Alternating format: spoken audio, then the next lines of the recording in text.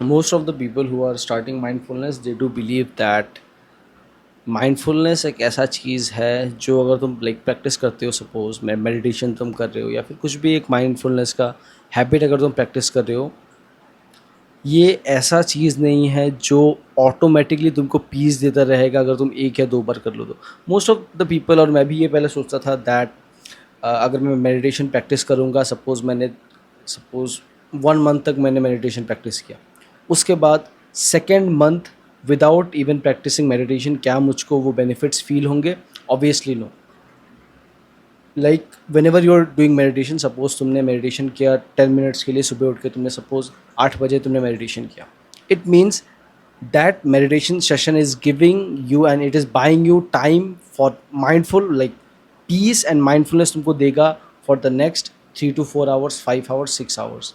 It doesn't mean कि तुम सुबह अगर मेडिटेशन करते हो तो 2-3 दिन तक वो इफेक्ट रहेगा, ऐसा कभी भी नहीं होगा. It is same like gym या फिटनेस, जो भी हम करते हैं उसको हम लोग रिपीटेडली करते हैं सो दैट हमें फील बेटर हो, हमारा माइंड एक उस स्टेट में रहे.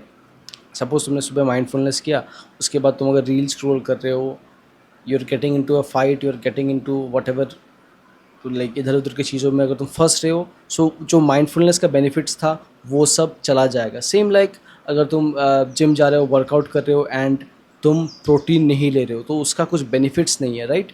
तो ऑलवेज स्टेप बाय स्टेप कुछ चीज़ें हैं जिसको तुमको रिपीट करना पड़ेगा. एंड ये मत सोचो दैट तुम मेडिटेशन कर रहे हो, 5 साल तुमने मेडिटेशन किया, उसके बाद तुमको ऑटोमेटिकली एक पीसफुल ब्लिसफुल स्टेट में तुम रहोगे. ऐसा कभी नहीं होगा. You need to always keep doing the meditation thing, या फिर जो भी तुम्हारा एक ब्रेथ वर्क का रूटीन है या फिर जो भी माइंडफुलनेस रूटीन्स है तुम्हारा, उसको तुमको फॉलो करते रहना पड़ेगा. इट मीन्स मैंने अभी किया, next 5 hours I will feel good, फिर से शाम को एक बार करूँगा, फिर से दिन को एक बार करूँगा. तो इससे क्या होगा, I will always be in touch with that thing and reminding चीज़ होता रहेगा ऑटोमेटिकली मेरे ब्रेन में जब भी मैं उस स्टेट में आऊँगा.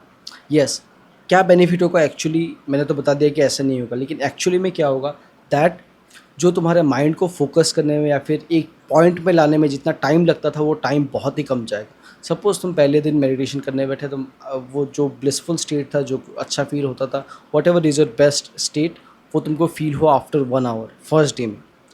तो ऐसे कर करके सपोज तुमने 2 मंथ्स, 3 मंथ्स, 4 मंथ्स ये सब चीज़ ट्राई किया, सो आफ्टर दैट क्या होगा दैट वो जो ब्लिसफुल स्टेट है वो बहुत ही जल्दी तुमको फील हो जाएगा.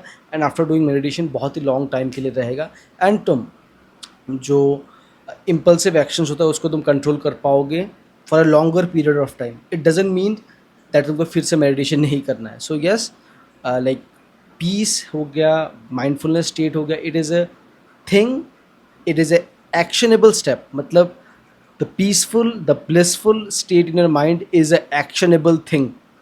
Just like muscle build करने के लिए you need to go to the gym, that is how it works. To build a good mind, to build a good mental state, you need to do that meditation physically by sitting for 10 minutes, 15 minutes, 1 hour, जो भी है, you need to physically do the things to get a good mental health, a good blissful state.